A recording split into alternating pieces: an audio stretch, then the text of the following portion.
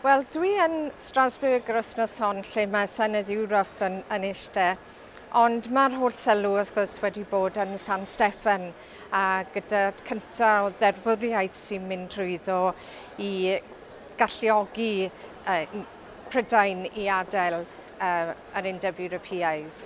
Dyn ni wedi bod yn edrych ar dyfodol Ewrop fan hyn hefyd wrth gwrs a pasio deddfwriaeth, ond mae pawb yn siarad am y ffaith bod ni'n gadael a pryd ac os yw e'n mynd i cael ei ohirio, dyn ni ddim yn siŵr eto beth yn union sy'n mynd i ddigwydd.